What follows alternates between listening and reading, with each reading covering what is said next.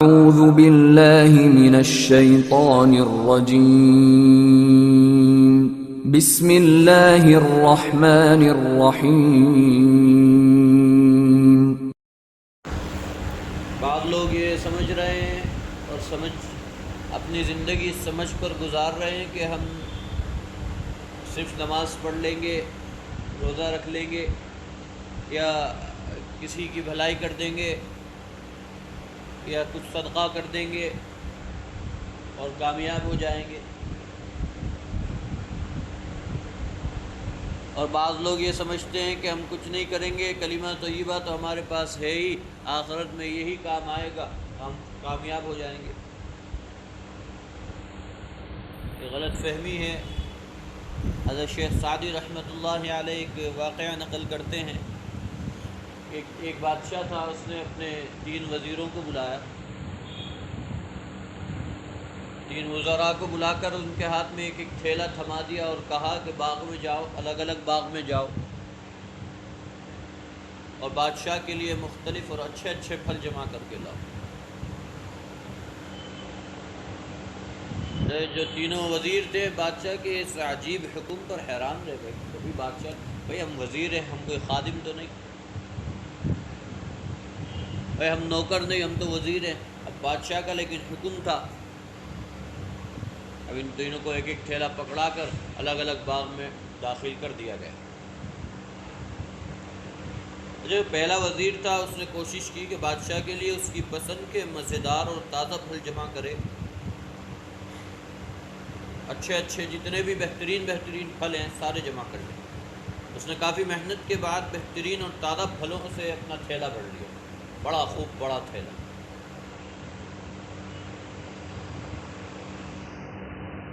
دوسرے وزیر نے دل میں سوچا کہ بادشاہ ایک ایک پھل کا خود تو جائزہ نہیں لیں گے کہ کیسا ہے، اور نہ ہی پھلوں میں فرق دیکھیں گے، اس لیے اس نے بغیر دیکھے جلدی جلدی ہر قسم کے تازہ پھل، کچے پھل، گلے سڑے سارے پھل بھر لیے، ان پھلوں سے اپنا تھیلا بھر لیا۔ اس میں کچھ اچھے بھی تھے، کچھ کچے بھی تھے جو ابھی پکے بھی نہیں تھے مکمل، کچھ گلے سڑے بھی تھے، لیکن اس کے ذہن میں کیا تھا کہ بھئی بادشاہ نہیں دیکھے گا، بادشاہ بھئی ساری چیزیں تھوڑی بادشاہ دیکھے گا، ہر چیز کا جائزہ تھوڑی بادشاہ لے گا۔ یہ جو سوچ تھی، اس سوچ نے اس کو، بہرحال اس نے بھی اپنا تھیلا بھر لیا۔ دوسرے وزیر نے دن میں جو تیسرا جو وزیر تھا اس نے سوچا کہ بادشاہ کی توجہ تو صرف تھیلا بھری پر ہوگی، کس کا تھیلا زیادہ بھرا ہوا ہے، بادشاہ کی توجہ صرف تھیلے جو بھرے ہوئے ہیں ان پر ہوگی، ان کے اندر کیا ہے اور کیا نہیں اسے بادشاہ نہیں دیکھے گا، یہ چیز بادشاہ کے کام کی نہیں۔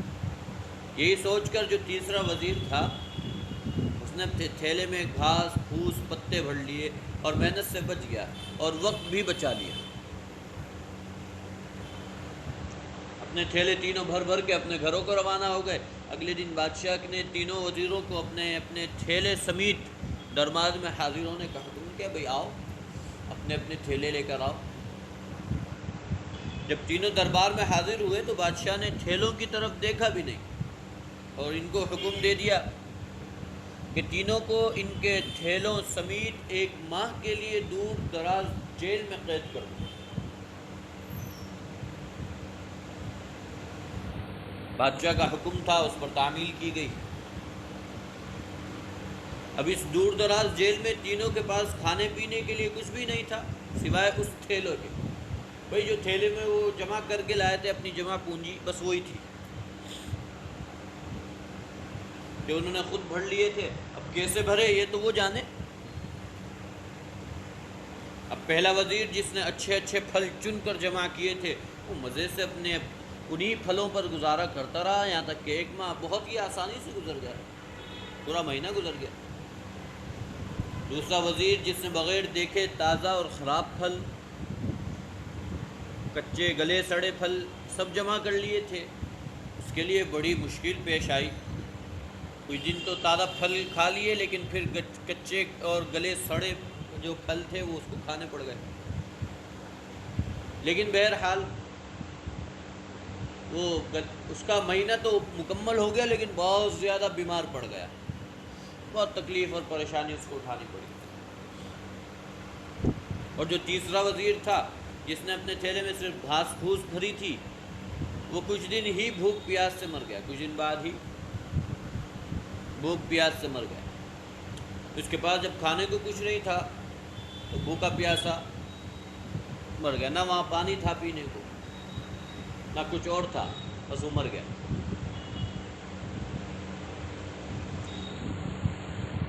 اب آپ اپنے آپ پر غور کریں، اپنے آپ سے ذرا پوچھیں کہ آپ کیا جمع کر رہے ہیں۔ ہم ذرا اپنے گربانوں میں جھانکیں کہ بھئی ہمیں بھی تو ایسے ہی دور دراز جیل میں جانا ہے نا، قبر میں جانا ہے کہ نہیں جانا؟ بھئی ہمارے تھیلے ہمارا رب تو بعد میں دے گا، پہلے تو ہمیں دور دراز جیل میں ہی جانا ہے نا۔ آپ اس وقت اس باغ میں ہیں جہاں آپ چاہیں تو نیک اعمال اپنے لیے جمع کریں اور چاہیں تو خراب اعمال۔ اگر یاد رہے جب بادشاہ کا حکم صادر ہوگا تو آپ کو اپنی جیل یعنی قبر میں ڈال دیا جائے گا۔ جب اللہ کی جانب سے حکم ہوگا اے اسرائیل اس کی روح قبض کر لو، تو گئے بھائی، ہمارے باغ میں رہنے کا وقت وہاں ختم ہو جائے۔ اس جیل میں ظاہر سی بات ہے اس جیل میں ہم اکیلے ہوں گے، قبر میں ہم اپنے رشتہ دار کو تو لے کے نہیں جائیں گے، نہ وہاں پانی ہوگا نہ کھانے کو کچھ ہوگا، وہاں پہ صرف آپ کے ساتھ آپ کے نیک اعمال ہوں گے۔ وہ تھیلی ہوگی جو آپ نے اس نیک اعمال سے بھری، تو جو آپ نے خود جمع کیا ہوگا وہی آپ کو وہاں کام دے گا۔ تو میرے عزیز ساتھیوں، آج تھوڑی سی محنت کر کے اچھی چیزیں یعنی نیک اعمال اپنے تھیلے میں جمع کر لیں اور وہاں آسانی اور آرام والی زندگی گزاریں، وہاں پہ راحت و آرام کی زندگی گزاریں۔ ایسا نہ ہو کہ ہمیں قبر میں اللہ نہ کرے مشقت کا سامنا کرنا پڑ جائے۔ یہ بات ضرور ہے کہ اللہ کی رحمت بہت بڑی ہے، بہت عالی شان ہے، بہت معاف کرنے والی ہے۔ اللہ کی ذات کریمی بہت ہی عالی شان ہے، اس سے بعید نہیں، لیکن کیا ہمارے اعمال بھی اس لائق ہیں؟ یہ بات ہمیں سوچنی چاہیے، ہمیں کیسے عمل کرنے۔ ہم کچھ گلے سڑے عمل لے کے جائیں گے، کچھ نیک لے کے جائیں گے، اور نیکوں کی بھی یہ حالت ہوگی، کسی میں کوئی خامی کسی میں کوئی خامی۔ یعنی ایک پھل ہم نے لیا، اس میں ادھر سے کیڑا لگا ہوا ہے، پورا پھل اچھا ہے لیکن اس کیڑے کی وجہ سے اس کو کھانے میں دقت ہوگی، طبیعت خراب ہو جائے گی کھا لیں گے تو۔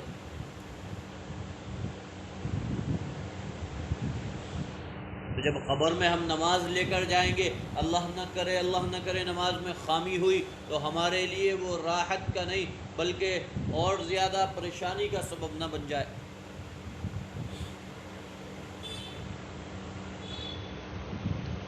اس لیے احادیث مبارکہ میں نماز کے بعد یا ہر نیک اعمال کے بعد استغفار کی ترغیب دی گئی ہے کہ اللہ سے معافی مانگ لی جائے کہ اللہ اس عبادت میں مجھ سے جو بھی خامی ہوئی ہے، جو بھی خطا ہوئی ہے، جان بوجھ کر ہوئی ہے کہ بھولے سے ہوئی ہے، اسے معاف فرما کر اس میرے عمل کو اپنی بارگاہ میں قبول فرما لیں۔ کیونکہ ہم سب اس بات کو جانتے ہیں کہ ہمارے عمل ایسے نہیں کہ وہ اس کی شان کے مطابق ہو رہا، ہماری عبادتیں ایسی نہیں ہیں کہ اس عبادت کی شان کے مطابق ہم اس عبادت کو منا کر لا رہے ہیں۔ تو اس چیز کی طرف فکر کریں، تمام ساتھی فکر کریں، اللہ تعالیٰ مجھے بھی توفیق عطا فرمائے۔ تو جو لوگ یہ سوچ رہے ہیں کہ ہم تھوڑی نماز پڑھ کے، 2-3 ٹائم کی نماز پڑھ کے، 4 ٹائم کی نماز پڑھ کے، رمضان المبارک کے کچھ روزے رکھ کے کامیاب ہو جائیں گے، حج فرض ہو گیا، حج نہیں کیا، عمرہ کر کے ہم کامیاب ہو جائیں گے، یا حج کیا، حج صحیح نہیں کیا، وہاں مزے کر کے آ گئے پھر کامیاب ہو جائیں گے. جب یہ سوچیں گے تو یاد رکھیے اللہ نہ کرے آخرت میں ہمیں بڑا نقصان اٹھانا پڑے گا. اور اس سے پہلے قبر ہے. نبی کریم صلی اللہ علیہ وسلم ارشاد فرماتے ہیں آخرت کی سب سے پہلی منزل قبر ہے. جس پر یہ منزل آسان گزر گئی باقی تمام منزلیں اس کے لیے آسان ہو جائیں گی. اور جس پر یہ منزل مشکل ہو گئی آخرت کی جتنی منازل ہیں ساری اس کے لیے دشوار ہو جائیں گی. میرے عزیزوں جو ہماری سب سے پہلی منزل ہے ہمیں اس کی حفاظت کے لیے اپنے اعمال کو درست کرنا ہوگا, مکمل کرنا ہوگا, صحیح طرح سے عمل کرنے ہوگا. تو تمام ساتھی اس کی کوشش کریں. اللہ تعالیٰ مجھے بھی توفیق عطا فرمائے اور تمام امت مسلمہ کو اس کی توفیق عطا فرمائے.